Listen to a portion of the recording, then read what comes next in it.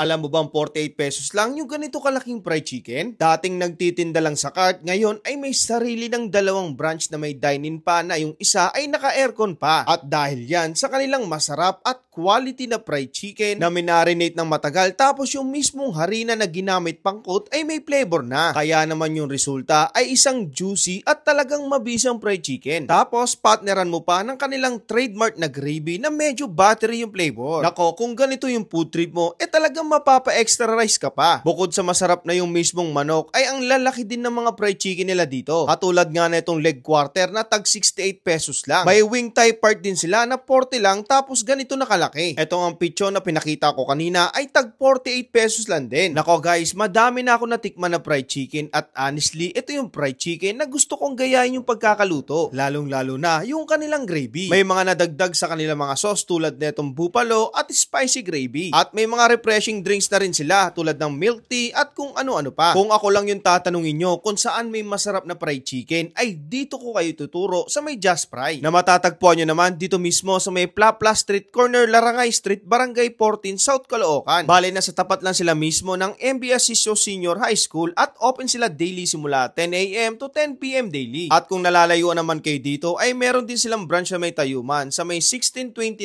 Malabon Street Corner, Natividad, Tayuman City. Malapit lang po sila mismo sa may DOH Tayuman. Bossing, kamusta bossing? Ay, sir, kamusta po? Okay naman po. Bossing, ang laki na ng branch mo ngayon ah. Ay, opo, meron tayo dito, sir. Sa ano po? Sa Malabon, Langaray, South Caloocan po. Ang tagal ko na nung huling natikma ko to, almost 2 years na no? Oh, yes, sir. Kamusta na yung lasa? Yes, sir, ganun na pa rin naman tayo sa lasa. Wala pa rin wala tayong binago. Ayan, dun sa mga hindi pa nakakaalam, ito nga pala yung Just Fry. Ayan guys, ito yung isa sa mga pinakamasarap na fried chicken na nablog natin. Sir, last time kasi parang hindi ata ganyan yung tsura niya. Ganyan ba talaga yan? Yes, sir, ganyan pa rin naman siya. Ang ganito siya pag minarinate namin, nilalagyan namin ng liquid na harina. Ayan, kulay dilaw. Yes, kulay dilaw talaga siya. Ano yan, templado na siya? Yes, templado na, marinated na rin siya. Ayan, tapos ito na yung ano niya, luto na. Ito po yung product niya, itong finished product niya pag paluto na po.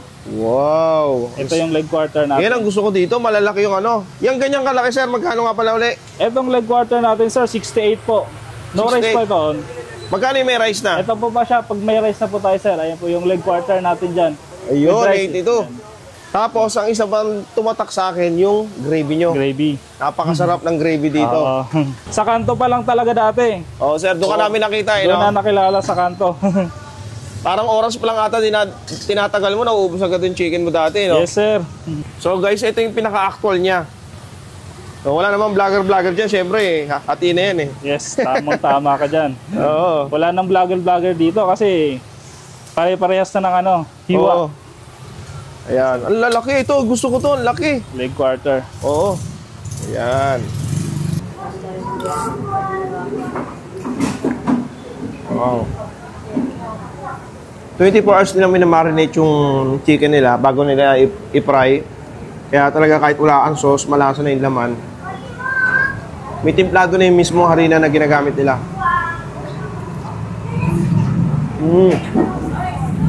Papaparize ka talaga.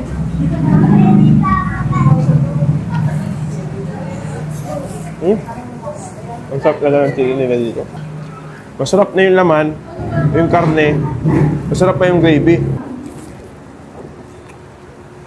Masarap. Grabe.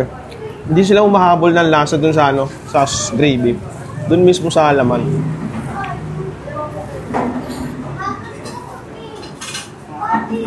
Additional 5 pesos nga pala pag gusto nyo mag-take out ng sauce. It's either gravy o kaya ito, yung buffalo.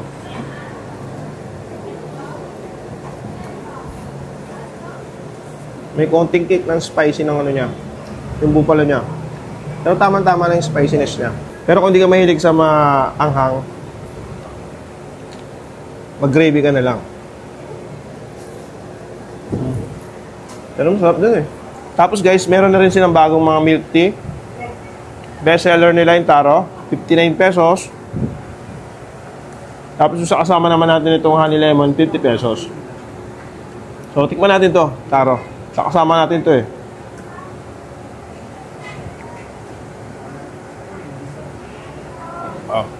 Sulit yung food trip dito. So yun guys, kung naghahanap ko ng masarap talaga ha, eto subok ko na to personally na fried chicken. Try nyo na to guys, Just Fry. Inulit ko guys, meron sila dito sa Tayuman at dito sa may Caloocan. Ayan. Ilalagay ko sa comment section yung complete address nila. So, paano? Masarap tong food trip ko. Na-miss ko to. 2 years. Uubusin ko na.